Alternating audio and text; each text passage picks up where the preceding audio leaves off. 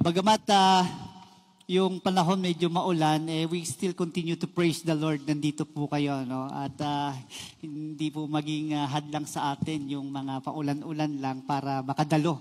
Yan po ay pasasalamat natin sa Panginoon. Biyaya po ang pag-ulan, biyaya rin po na makasama po namin kayo tuwing linggo dito sa ating center sa MCF. Purihin po ang Panginoon. So, kagaya po ng nabasa kanina, patuloy pa rin tayong pag-aaral natin sa salitang kabanalan, and it's a continuous o yung tuloy-tuloy na pagtawag sa atin ng Panginoon to be holy, no? Sabi sa Leviticus chapter 11 verse 14, for I am the Lord your God, consecrate yourselves therefore and be holy, for I am holy. Yun po yung patuloy na sinasabi sa atin ng Panginoon. So patuloy po nating pag-aralan pa rin yung salitang kabanalan. And I hope na this time we will have a different experience na mararanasan, bagong karanasan patungkol sa salitang kabanalan. Ang sabi po sa ating pag-usapan po natin ngayon is about holiness. Holiness draws me near to my God. Yung nilalapit tayo, yung kabanalan, hinilalapit daw po tayo sa ating Diyos. Masyado bang yung sound? Ibaba ko lang. Yan. Parang umi-echo. Yan. Okay ba? Okay. Parang hindi ako makasalita ng maayos. Ano? Okay. So, ang tanong po natin ngayon, ito po yung tanong natin sa bawat isa. Does the way you live today draw you near to your God? Yung pamumuhay po ba natin ngayon nalalapit tayo sa ating Panginoon?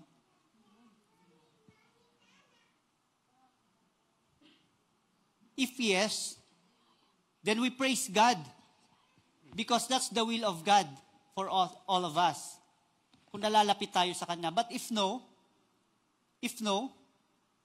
saan tayo inilalapit? Kanino? Saan at saan tayo nilalapit ng buhay po natin ngayon? So, if not, to whom or what or where are we being drawn? What is causing us to drift away from God? Ano yung naglalayo sa atin sa Panginoon ngayon kung nalalayo man tayo? Okay? Yan po yung pag-uusapan pa natin. Gaano kakalapit o gaano kakalayo sa iyong Diyos ngayon? Pwede nyo bang i-imagine? Gaano ba talaga ako kalapit? O kung hindi man malapit, gaano ako kalayo sa aking Diyos ngayon? Question po yan sa bawat isa sa atin. At as we go with our message today, hanapin niyo po yung sarili ninyo. Malapit ba o malayo? O nasa gitna? Okay? We don't know. But one thing is certain, sabi, yung kabanalan daw, holiness will draw us near to our God. Holiness deepens our relationship with the Holy God. It is what brings us near to our God. Yung kabanalan siya'y maglalapit sa atin, sa ating banal na Diyos. Doon po iikot yung ating pag-uusapan ngayong umaga. Okay? Hanapin niyo po yung sarili ninyo. Malapit ba ako o malayo sa aking Panginoon? It's so personal. Yung tanong po natin is so personal. And even the title of our message today, it's so personal. Sabi doon, holiness draws me near to my God. So, what is holiness? Palagi natin yan natatanong, ano ba talaga ang kabanalan? What is holiness?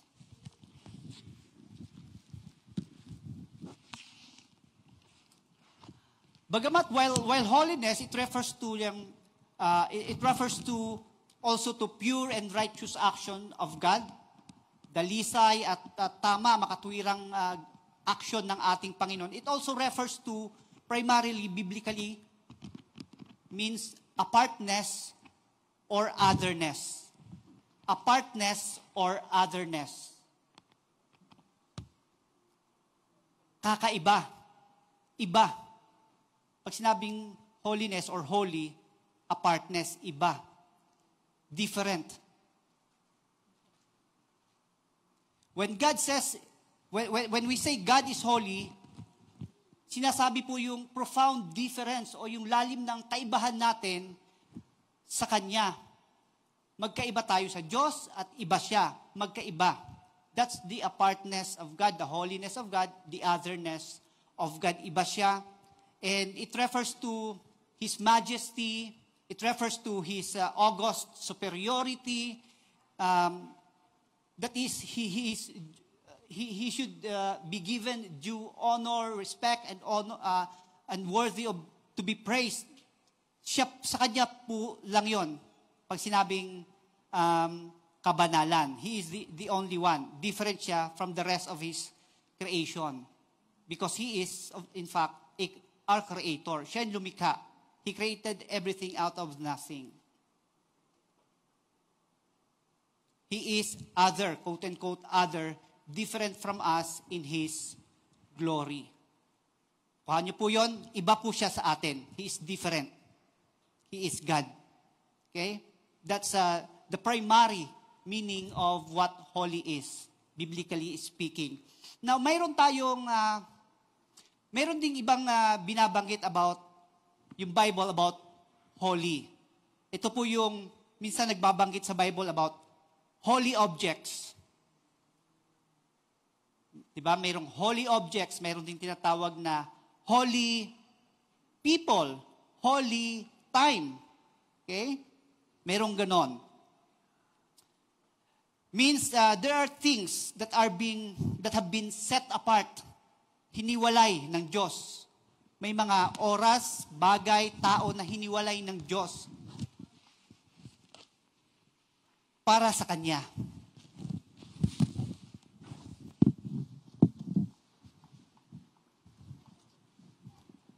When Bible speaks of holy objects, holy people, or holy time, it refers to things that have been set apart, consecrated, or made different by the touch of God upon them. Hiniwalay. Sample, as an illustration, in Exodus chapter 3, verse 4 and 5, may binanggit doon na holy object. May binanggit na holy object. It is the ground where Moses stood near the burning bush was holy ground because God was present there in a special way. Di ba sabi ni God kay Moses, do not come near. Huwag kang lumapit. Take your sandals off your feet, for the place which you are standing is holy ground. It's a special place where God declared it holy. Diniklara niya yung place na yon holy. Meron ding tinatawag na holy time. Meron ding holy time. Genesis chapter 2, verse 2 and 3, God rested from all His work that He had done in creation. Then He blessed the seventh day and made it holy. He made it holy. Genesis 2, chapter 2 and 3, on the seventh day, God finished His work that He had done, and He rested on the seventh day from all His work that He had done. So God blessed the seventh day and made it holy, because on it God rested from all His work and He had done in creation. Holy ground, holy time. Okay? Meron ding diniklara siyang holy people. Holy people. Sino po yung mga holy people? Okay? Sa Exodus chapter 9 verse 6, may binanggit si chapter 19 verses 5 and 6 na sinabi ni God through Moses that His people shall be a kingdom of priests and a holy nation. Basahin ko po. Now therefore, if you will indeed obey my voice and keep my covenant, you shall be my treasured possession among all peoples, for all the earth is mine. And you shall be You shall be to me a kingdom of priests and a holy nation. These are the words that you shall speak to the people of Israel. So he declared that the people of Israel are holy people set apart for him. Set apart for him, the people of Israel.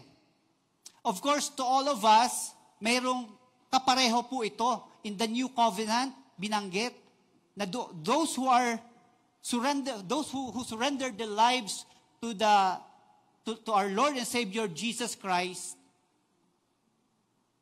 who turned away from their wickedness to the works of Christ on the cross, who were sealed by His Holy Spirit, etong sinabi ni Peter, 1 Peter chapter 2 verse 9 and 10. But you are a chosen race, a royal priesthood, a holy nation, a people for His own possession, that you may proclaim the excellencies of Him who called you out of darkness into His marvelous light. Once you were not a people, but now you are God's people. Once you had not received mercy, but now you have received mercy. Sino po ito? Tayo pong mga tumanggap sa ating Panginoong Jesucristo, biniyayaan po tayo ng banal na Espiritu upang mamuhay na may kabanalan. We were chosen for Him, for His special use. Kayo po yun. Tayo po yun. Na tinawag ng Diyos. Taga-MCF, kayo po yun. Tayo po yun.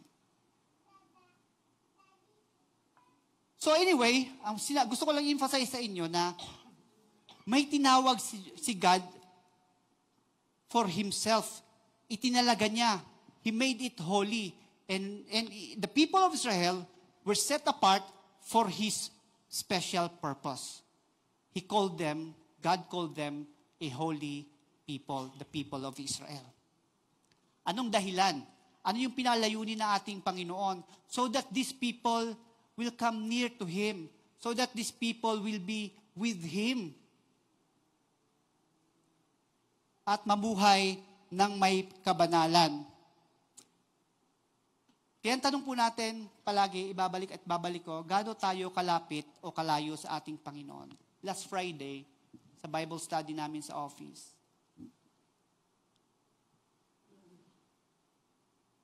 nagtuturo ako, biglang yung umattend doon, nakadalawa na siyang attend, biglang umiyak.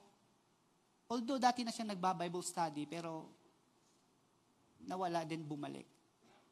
Biglang naiyak. I don't know the reason. Paiyak siya. Hinayaan lang namin. Siguro, dahil nga doon sa, na-convict, doon sa message, hinipo ng Panginoon, nangusap ang Diyos sa kanya, napaiyak siya.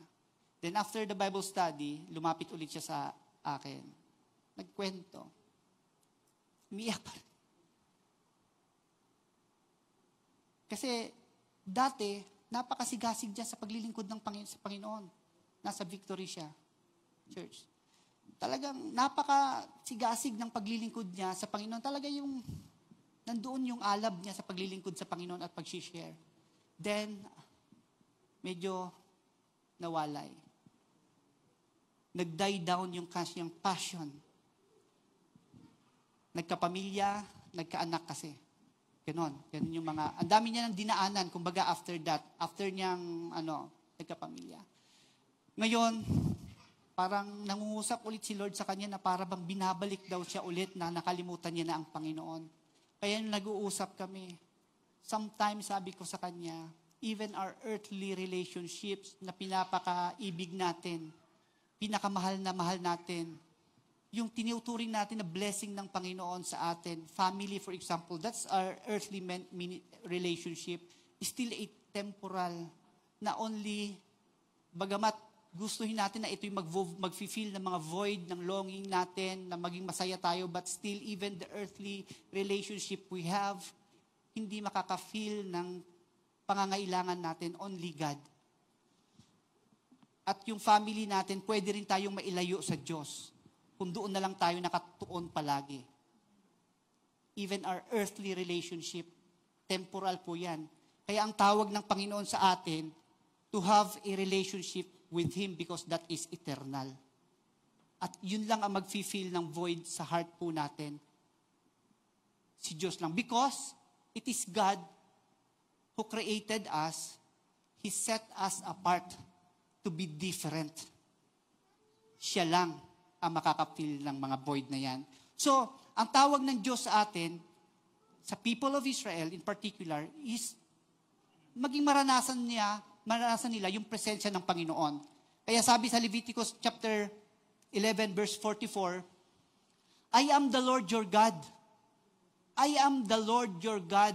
Consecrate yourselves therefore and be holy, for I am holy. You shall not defile yourselves with any swarming thing that crawls on the ground, for I am the Lord who brought you out of the land of Egypt to be your God. You shall therefore be holy, for I am holy. 2 things lang po ang gusto kong bigyan ng diin dito. Yung tawag ng Diyos. Kung mapapansin niyo po sa salitang yan, sa verse na binasa po natin, He called the Israelites, the people of Israel, into relationship with Him. Siya pa yung tumatawag eh. Sabi ng Diyos dyan sa mga Israelites, I am the Lord your God. Sino ba yung Diyos natin? Sino ba yung Panginoon mo? Sino ba yung Panginoon mo? Yun yung pinaka tanong dyan eh. Sino yung Diyos mo? Sabi niya, I am the Lord your God. I am the one who brought you up out of the land of Egypt. I am your God. Ano pong ibig sabihin? It is the Lord, it is God who is still calling us to be near to Him. And our God is intentional in drawing His people to Himself. He is intentional. Kung sa tingin po natin na ang Diyos ay hindi tumatawag sa atin, baka hindi lang natin naririnig o hindi natin nakikita. But God is intentional in calling His people into Himself, to Himself.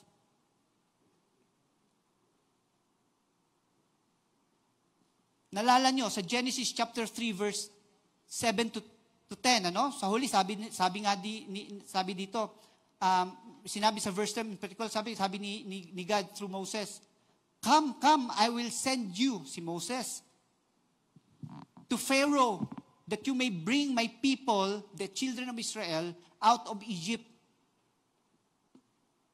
Very intentional si God na mailapit kanya sa sarili niya. In Exodus chapter 3 verse 7 to 10, basahin ko na lang po, no? Then the Lord said, I have surely seen the affliction of my people who are in Egypt and have heard their cry. Mayroon ba tayong mga iyak ngayon na tayo lang nakakaalam? And have heard their cry because of their taskmasters. I know their sufferings. I have come down to deliver them out of the land of the Egyptians and to bring them up out of the land to the good and broad land, a land flowing with milk and honey, to the place of the Canaanites, the Hittites, the Amorites, the Perizzites, the Hivites, and the Jebusites. And now, behold, the cry of the people of Israel has come to me, and I have also seen the oppression with which the Egyptians oppressed them. Sabi niya kay Moses, Come, I will send you. I will send you to Pharaoh that you may bring my people, the children of Israel, out of Egypt. Meron ba tayong ganong karanasan? Kagaya ng naranasan ng mga Israelites in the hand of the Egyptians? May iyak ba tayo? It is God who initiated that the people of Israel na nahihirapan sa land ng Egypt to bring them back to Himself. He is the one initiating it. He is intentional. Huwag po nating iisipin na walang ginagawa ang Diyos. Naririnig niya po yun. Yung mga hinanakit po natin.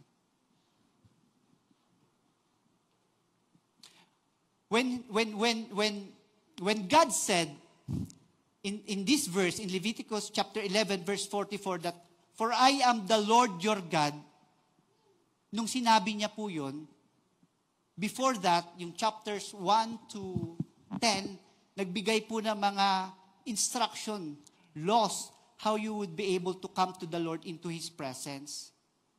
Itong gagawin nyo, itong gagawin ng mga Israelites. You, holy people of God, this is what you will do. But this chapter 11, verse 44, this is the first time where God said, "I am the Lord your God," after giving all the instructions. You know, when God gives instructions, may pinapagawa siya. His intention is to draw you to Himself. You may not acknowledge it, that He is your God, but He is the one initiating, saying to you, "I am your God." Kaya tanong lang, is He your God? May balik doon eh. Is He really your God? But God said, "I am your God." And after verse 11, naulit pa yan 50 more times. Chapter 11, 50 more times. 27 chapters lang po ang book of Leviticus. Naulit po yan 50 more times. Sinasabi niya, "I am the Lord your God. Be holy, for I am holy." Ini-emphasize po yan palagi sa atin. So again, number 1, God is calling us to holiness, to have a relationship with Him. Pangalawa, sabi sa instruction is, to consecrate yourselves, be holy for I am holy. Yun po yung sinasabi niya. The book of Leviticus is about holiness. Sino po sa atin nakabasa ng buong book ng Leviticus? Taas ang kamay. Sino na lang ganito, nagkaroon ng resolution, New Year's resolution, na babasahin niya yung Bible starting Genesis at the start of the year. Nagkaroon ng New Year's resolution. Wala rin. Meron po akong alam. Nasabi niya New Year's resolution niya, babasahin niya raw yung buong Bible. Nag-start siya ng Genesis, okay naman. Nag-start siya ng, pagkatapos Genesis, Exodus, okay naman, maganda. Pagdating ng Leviticus, nahinto.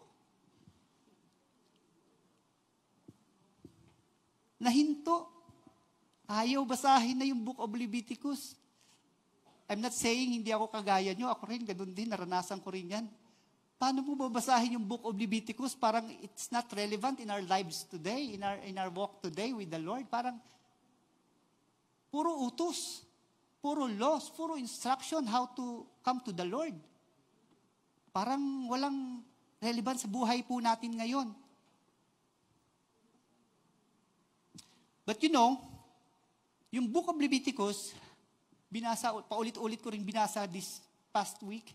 In fact, kasama ng audio habang nagdadrive ako. Because really, it's difficult to comprehend. It's difficult to understand. But it talks about the holiness of God, how we are to walk with Him. Because in this book, God laid out the rules to the Israelites so that they could be holy and they could be able to worship and they could be able to come into His presence. He gave them special instruction to the people of Israel, to His newly redeemed people, sa kanyang mga iniligtas na mga mamamayan mula sa kamay ng mga Egyptians. Nagbigay siya ng instruction. After they have received the blessing, encountered God, have experienced its power, and being redeemed by Him. At tinuturuan sila how they could be able to worship the Lord at paano niya susundin ang Diyos. This is how we ought to obey the Lord. Binigay niya lahat ng instruction. It's the way of setting the Jews apart from the other nations. Itinilaga sila. Ito yung pamamaraan ng Diyos na maranasan nila, nakakaiba sila. They are set apart for God that they may not be yung mapapollute ng mga cultures ng ibang nation, cultures ng or the wickedness of other nations. This is what you are to do for you to remain yourselves in the presence of God. Sa dami ng instructions na binigay, para ang hirap ng sundin. I don't know if you have read everything in the book of Leviticus, but napakahirap. Napakahirap, no? If I am living those times, parang magagawa ko ba talaga yan? Parang ganun ang dating. Last Sunday, yung message ni Pastor Migs. Sino pang nakaalala ng message ni Pastor Migs? Ano yung sinare ni Pastor Migs? May 3 challenges na binigay si Pastor Migs for holy living. Unang challenge, the challenge of hearing God's call. Ang tanong nga dyan, are we too busy that we cannot hear God's call to us? Yun eh. Are we too busy that we cannot hear God's call to us? Pangalawa, yung challenge doon is about God's holiness, revering, honoring God. Are we giving the highest honor due to our holy God? Binibigay ba talaga natin? And pangatlo na challenge na sinight ni Pastor Migs last Sunday is that yung challenge of following God's instruction. In the book of Leviticus, there's so much laws, rules, and instruction given by God. Diba? Kaya ang tanong is, do we follow God's instruction talaga? If so, how careful are you in obeying all the details of His instruction? Gaano ba tayo kaingat? Or do we really care about His instruction, the details of His instructions? Sometimes we forgot na mayroon pala between the instructions, mayroon pang sinasabi pa si Lord na mi-miss out natin. But the call for us is to really obey, follow God's instruction to the details. That's holiness of our God. That's the holiness of our God. Kaya ang instruction ng Panginoon sa kanyang mga pinili, His people, the people who says to consecrate, sanctify yourselves. Pag sinabing sanctify yourselves, that is to love God. To love what God loves and to hate what God hates.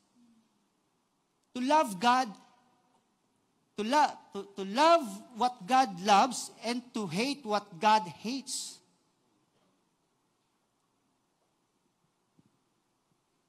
And we all know God hates sin. God hates sin. In-emphasize pa ni Pastor Migs last time. Sinner. It's not the sin who will go to hell, but the sinners.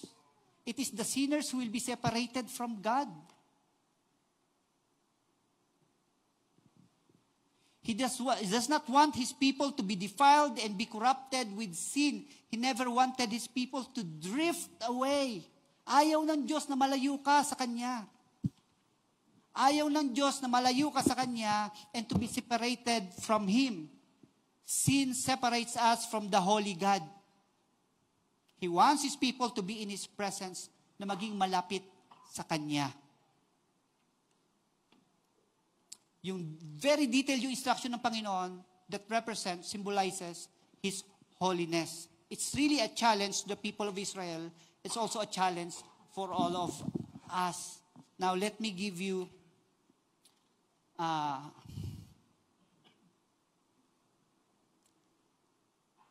next slide, please.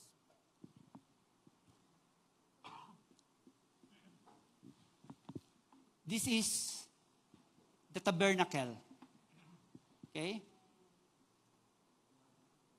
Dito binigay ng Diyos yung kanyang instructions to the Israel how they would come to His presence.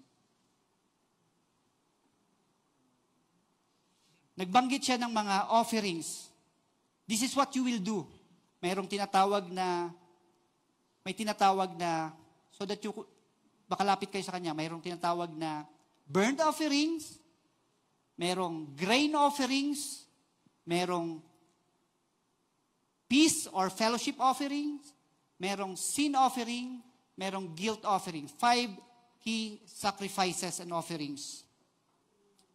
May inutos siya, how will you offer these offerings? May mga specific instructions siya to the one who sinned and also for the priest.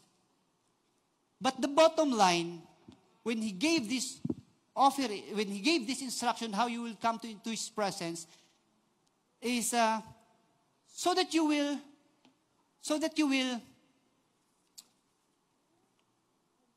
experience his presence, so that God might dwell among his people. Might dwell among his people.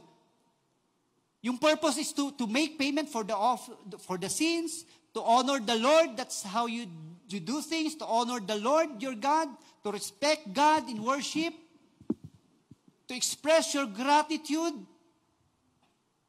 to God, to make payment even for the unintentional sins.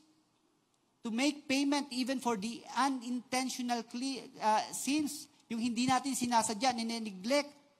Sa mga leaders, especially rin, kasama na rin yun. And also yung payment for the sins against God and even for the sins against others. And in the instruction for the guilt offerings requires also restitution. Ibig sabihin, magbabayad ka sa mga taong nagawan mo ng kasalanan. There's instructions na binibigay ang Panginoon. Let me just give you a simple, mag-cite lang muna ako ng burnt offering, for example. Ito po instruction sa burnt offering. 5 yun, di ba? But I will just cite instruction for the burnt offerings. Sa burnt offering, ang instruction ganito yung law. Ganito yung rules. If your burnt offering is from the herd, meaning bull, baka, young bull, ganito ang gagawin mo. You shall enter, pwedeng yung previous slide. You shall enter, dito, no? Okay? You shall offer a male without blemish. Walang kapintasan, walang sira. Male bull. You shall bring it to the entrance of the tent of meeting. By the way, the tabernacle also calls the tent of meeting entrance. Dito yung entrance. So that you may be accepted before the Lord. Yun yung sinabi doon. Then ang gagawin niya, he will lay his hand on the head of the burnt offering. He will lay, kung ikaw yung nagkasala, you will lay your hand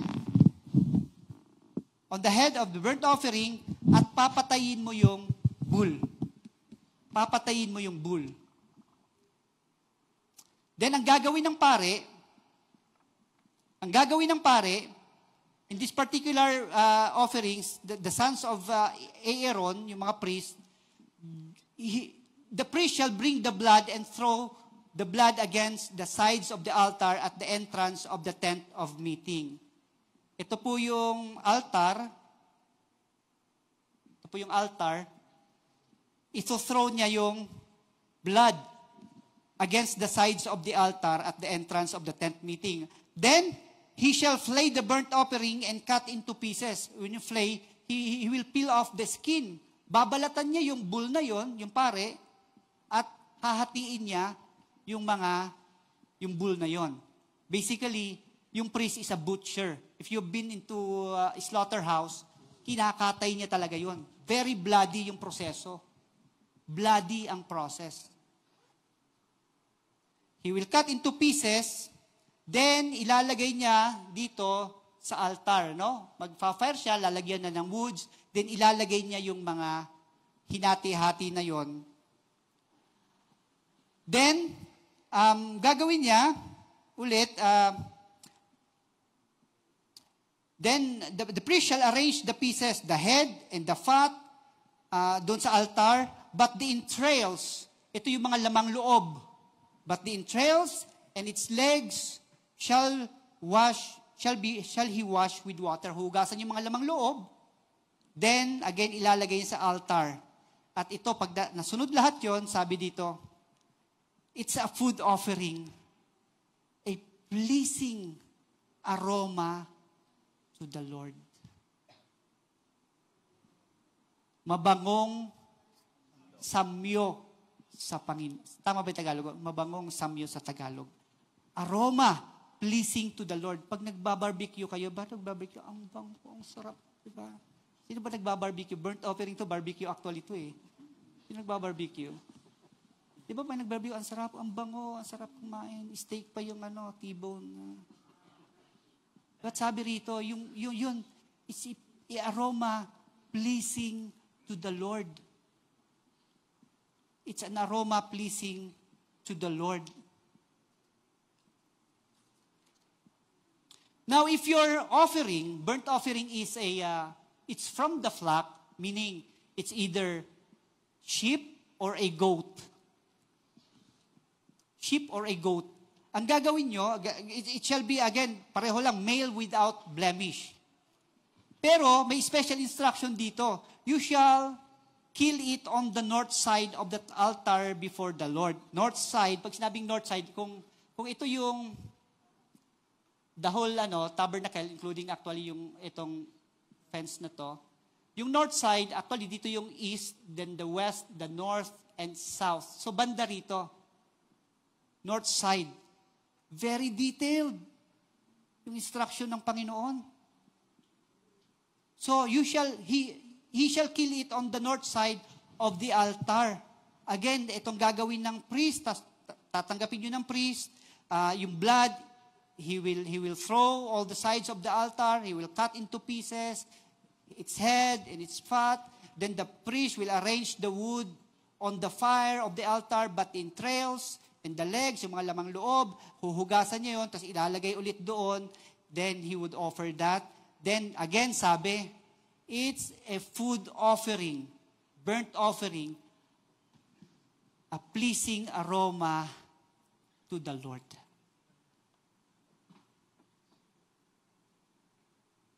A pleasing aroma to the Lord. Now, if you're we're still talking about burnt offering pala, five offerings yun, itong burnt lang muna yung i-example ko lang. Just to show you how detailed yung instruction ng Panginoon to the nation of Israel as His holy people, set apart for Him. Walang pinag-uusapan po yung mga instruction, walang pinag-uusapan pong morality dito. Gawin nyo lang. You are set apart for Him. Okay? Then, what if your offering is bird, like turtle doves or pigeons? Yan, pwede yan, doves or pigeons. Sabi ko kay Lila kaninang umaga, anong kinaibahan ng turtle, doves, and pigeons? Pareho lang daw sa size lang. Size lang, mas maliit daw yung dove kaysa sa pigeon. Generally. So, pwede yon. Kung walang bull, walang sheep or goat, pwede yung birds. Pero ito yung kaibahan sa instruction sa mga pare. The priest shall bring it to the altar and wring off its head and burn it on the altar. Pag wring off its head, parang pilipitin mo paghiwalayin. Di ba? Napaka-cruel, di ba? Hindi man lang ginamitan ng kutsilyo. Pilipitin paghiwalayin. Tapos yung blood, i-drain yung blood sa side ng altar. I-drain sa side ng altar. Tapos, yung mga bituka niya at yung laman, ihahagis mo yon doon sa altar kung saan nakalagay yung mga ashes. Very specific. Tapos, ang gagawin mo, bibiyakin mo raw bibiyakin daw ng pare yung bird, pero bibiyakin niya sa pamamaraan na paghihilahin niyo yung wings. Pero hindi mapaghihiwalay. Hihilahin niya. Ang sakit. Ganun yung instruction. Hihilahin lang, hindi paghihiwalayin. Tapos ilalagay ito ng pare doon sa altar. Na may wood, na may fire. It's a burnt offering. A food offering. A a pleasing aroma to the Lord. A pleasing aroma to the Lord. Tapos may mga additional instruction pa. Ang binigay ang Diyos through Moses sa mga pare. Yung bang hindi dapat matanggalan ng apoy. Tuloy-tuloy dapat yung apoy. Even yung paglalagay ng apoy, pagtatanggal ng mga ashes doon sa altar, may damit ang pare, required damit. At yung paglalagay ng mga ashes outside the tent, the tabernacle, ibang damit na naman ang gagamitin ng pare. At dapat hindi tuloy-tuloy yung apoy, hindi mamatayan. Every morning, sabi, the priest shall burn wood on it every morning, and he shall arrange the burnt offerings on it, and shall burn it. The fat of the peace offering, fire shall be kept burning on the altar continually, it shall not go out. Why? Because this food offering, burnt offering, it is a pleasing aroma to the Lord. Ganon kadetalyado yung utos ng Panginoon sa holy people of God, the people of Israel.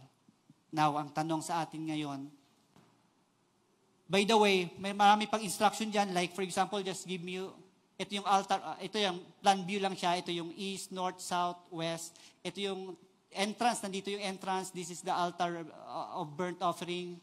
Then this is, ito pa yung, how you call it, this tabernacle, actually the whole is also a tabernacle, but this is the holy place, and this is the Holy of Holies. Ito yung once a year pumapasok yung high priest for the nation of Israel to be forgiven and to be atoned for the sin.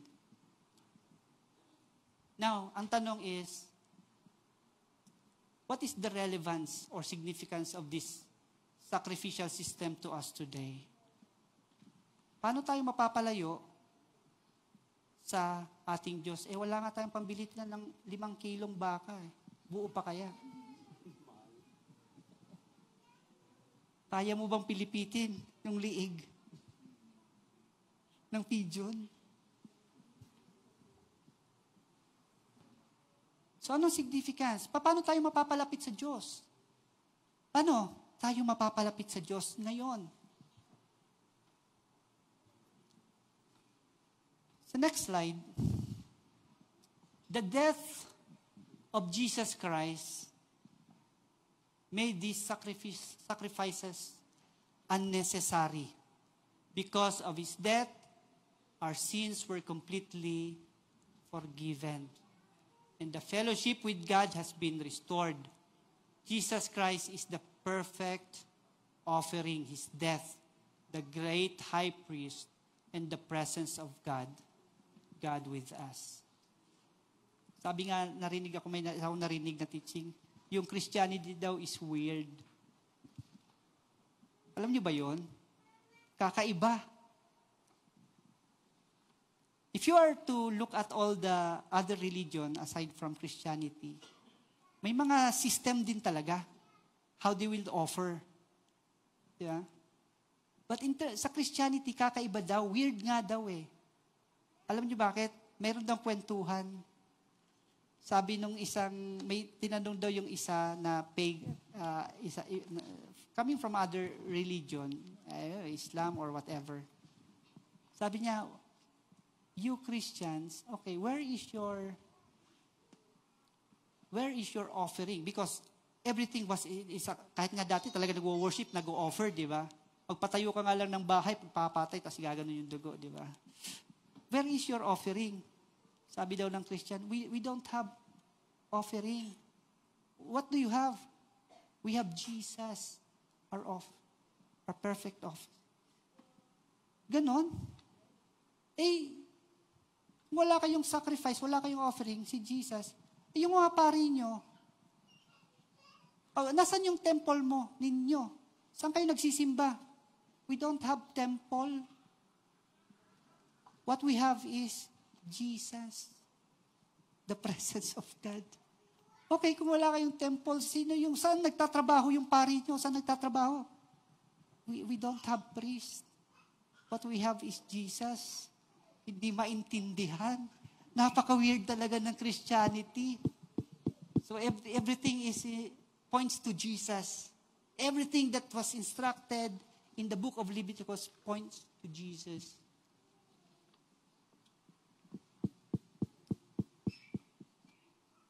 So the sacrificial system that was given to the people of Israel was given specifically to them, to the nation of Israel. But Hebrews chapter 10, verse 8 to 10 told us that we have been made holy through the sacrifice of the body of Jesus Christ once for all. Through Jesus, the sacrificial system was made unnecessary. Yan po, nakasulat dyan. Basahin ko na lang po yung Hebrews chapter 10, verse 8 to 10, para mas makuha po natin.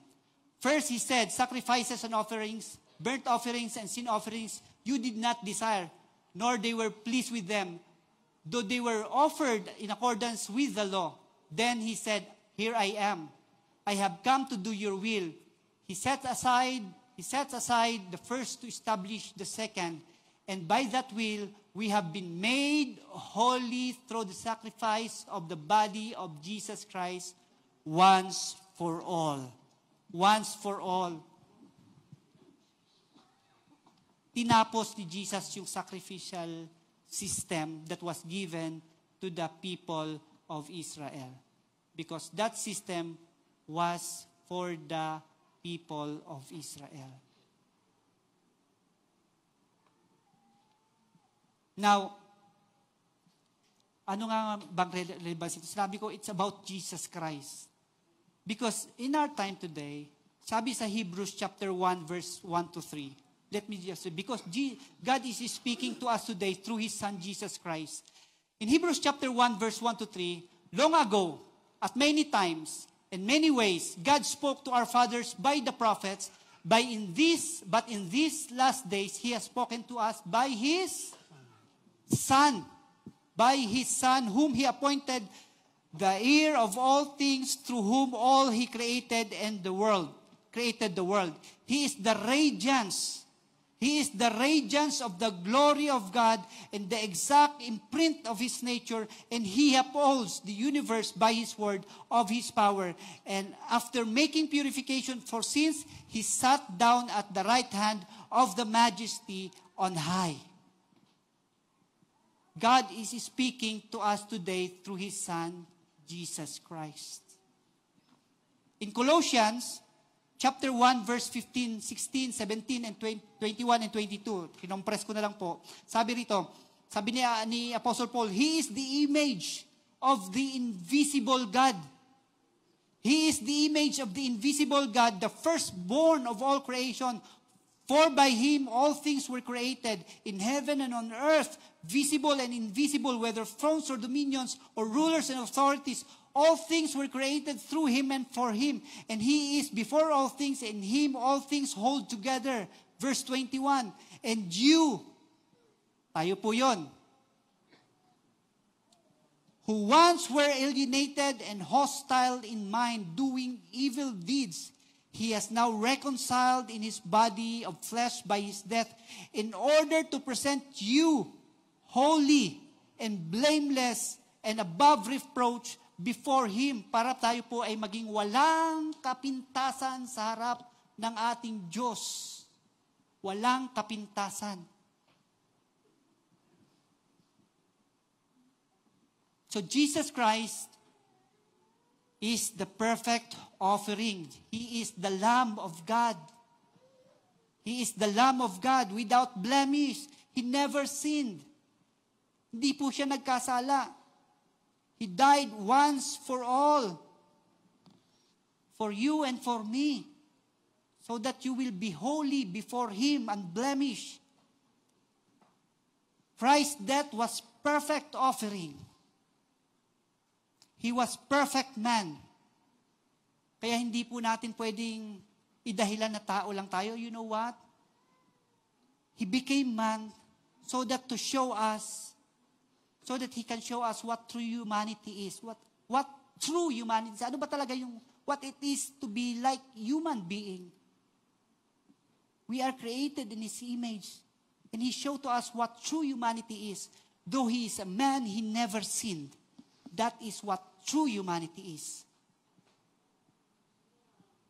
He showed us what perfect obedience. Yes, we disobeyed, but he showed us what perfect obedience is because that is what true humanity is.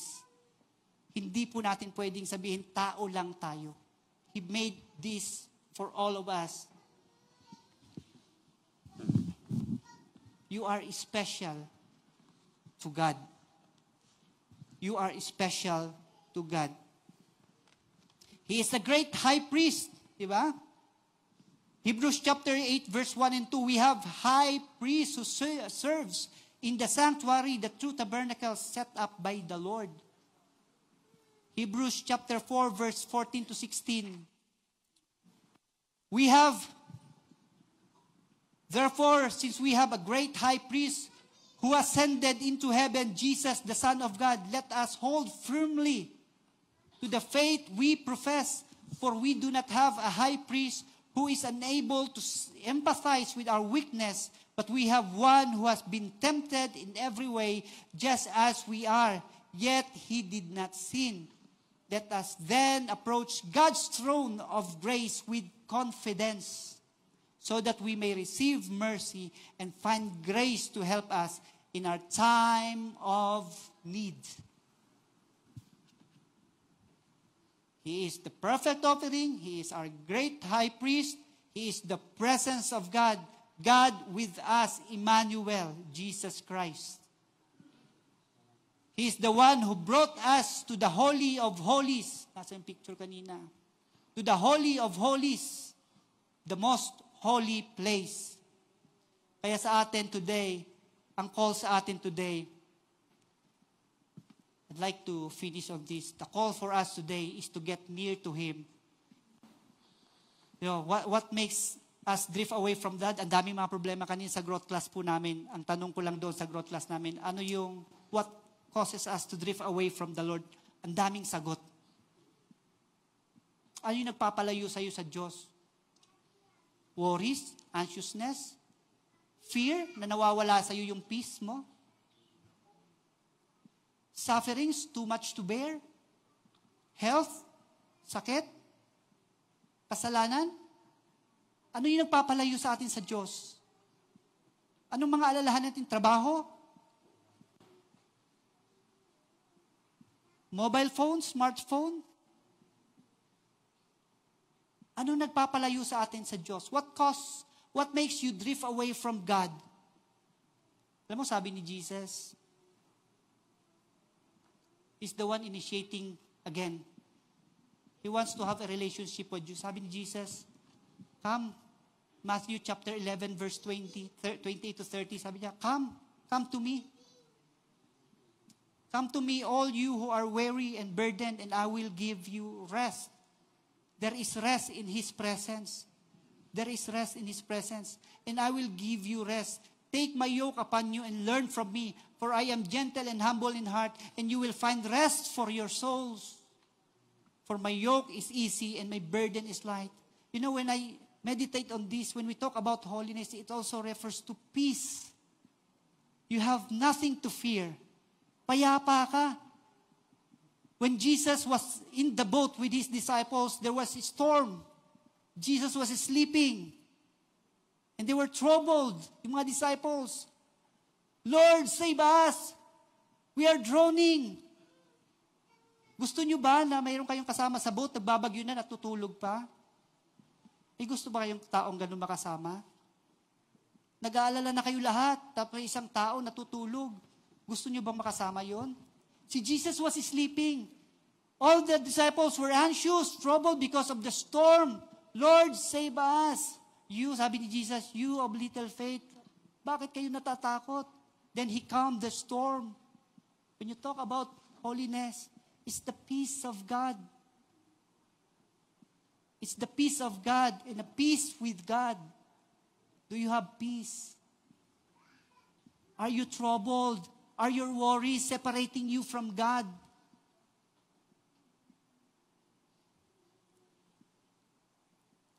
In John chapter 7, verse 37-38, Jesus said, let any one of you who is thirsty come to me and drink.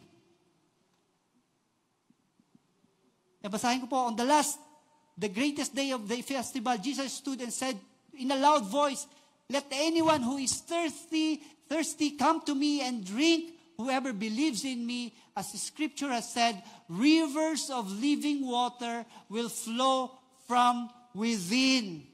Will flow from within.